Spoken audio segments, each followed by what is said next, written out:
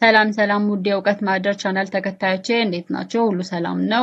በያላችሁበት ጤናችሁ ይብዛልኝ። እንግዲህ ትምህርታችን እንደቀጠለ ነው። እናንተም እንግሊዘኛ በአማርኛ በጣም በቀላል በሆነ ቋንቋ እየተማራችሁ እንደሆነና እየገባችሁ እንደሆነ ተስፋ አደርጋለሁ ማለት ነው።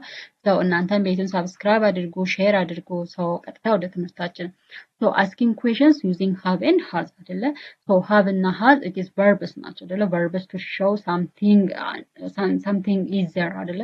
የሆነ ነገር እንዳለን የምናሳይበት verboች ናቸው። have አለኝ እንደማለት ነው አይደለ? so have ከዚህ በፊት እንዳልኳችሁ ከአንድም ሁለት ጥቅሞች አሏቸው። as a helping verb ያገለግላሉ and as a main verb ሆኖ ደግሞ አለኝን የሚለውን ቃል ለመግለጽ ይጠቅማሉ ማለት ነው።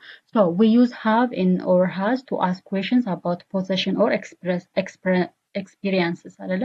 so it is possession ወይም ደግሞ ባለቤትነትን ኦውነርሺፕን ለመግለጽ ወይም ደግሞ የሆነ ኤክስፒሪየንስን ለመግለጽ እንጠቀምበታለን ማለት ነው። so forms of questions with have or has አይደለ? so ስትራክቸሩ ምንጊዜም ምንድነው እንደዚህ አይነት auxiliary verbs ሲኖሩ ምንጊዜም ጥያቄ ለመጠየቅ መጀመሪያ ላይ የሚመጡት it is auxiliary verbs ናቸው። ከዛም በኋላ pronouns ይመጣሉ አይደለ? pronouns ይመጣሉ። ከዛም በኋላ object ይመጣል ማለት ነው። object means it is the receiver of the action actionን ተቀባይ የሆነው አካል ማለት ነው። ስለዚህ have ከሆነ have is always used with plural nouns አይደለ?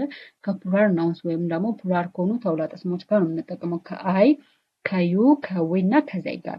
has ከሆነ ደግሞ it is a third person singular አይደለ? ለthird person singular ነው የምንጠቀመው ለሂ ለሺ እና ለኢት። ስለዚህ as always comes with singular nouns ማለት ስለዚህ have plus pronouns plus ደግሞ object. so this is the form of the question ማለት ነው። ኤግዛምፕል ለምሳሌ have your pen so ስክሪፕቱ አለክ አይደለ? yes I have ይላል ማለት ነው። yes I have አይደለ? so have you a pen አይደለ? have you a pen ስክሪፕቱ አለክ አይደለ? it's a question አይደለ? so መጀመሪያ ላይ ምን ብያችኋለሁ? so at the introduction part ላይ have እና has አለኝ የሚለው ነገር ለመግለጽ የምንጠቀመው። ስለዚህ አሁን ለምሳሌ ስክሪፕቱ አለክ ማለት ከፈለጋችሁ have your pen ስክሪፕቱ አለክ አይደለ?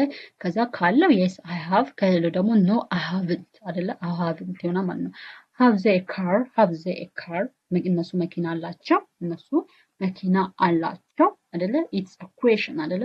so if it is the person or the subject is singular ከሆነ or it is third person singular ከሆነ we use has እንጠቀማለን ማለት has she a bag እሷ ቦርሳ አላት ወይ አይደለ? has she a bag እሷ ቦርሳ አላት ወይ ካላት yes she has ከሌላት ደግሞ no she hasn't እንላለን ማለት ነው። has he any money እሱ መኒ አለው ወይም ደግሞ እሱ ገንዘብ አለው አይደለ? has he any money እሱ ገንዘብ አለው ካለው yes he have ከሌለው ደግሞ no he hasn't እንላለን። ካለው yes he has ከሌለው ደግሞ no he hasn't ይሆናል ማለት ነው። so it's easy በጣም ቀላል ነው ማለት ነው። first of all you have to understand the structure መረዳት አለባችሁ። have plus ከሆነ structure እንዴት ነው? if it is the person or the subject is plural ከሆነ you use have plus I you we they plus object ማለት ነው አይደለ? and if it is third person singular ወይም ደግሞ it is singular noun ከሆነ ደግሞ or it is singular pronoun ከሆነ ደግሞ we use has ነው። so has plus he or she or it plus object ማለት ይሄ object ማለት it is the action receiver የሆነው ማለት ለምሳሌ እዚህ ጋር have you a pen ምለው it is ምንድነው object ነው አይደለ? because it receives action አይደለ? action የሚቀበል ስለሆነ it is object. so have you a pen ስንል you it is ምንድነው plural pronoun አይደለ?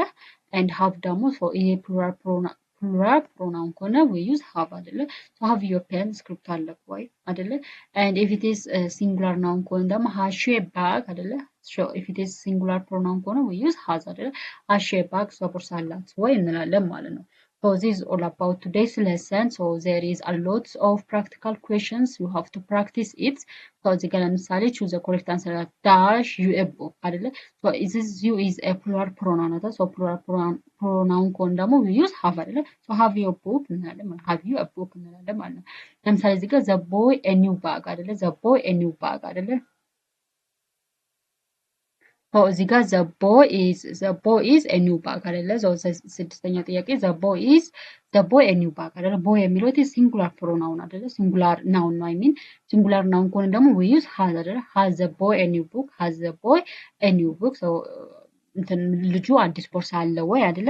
እንደዛ ማለት ሶ ዚስ ኦል አባውት ዲስ ሌሰን ሶ ፕራክቲስ አድርጉ ጥያቄዎች ምናምን ስሩ እኔም ደግሞ እዚህ ጋር ጥያቄ ማስቀምጥላችሁ እንድትሰሩ ነው ቤቱን ደግሞ ሳብስክራይብ አድርጉ ወዳችኋለሁ ባይ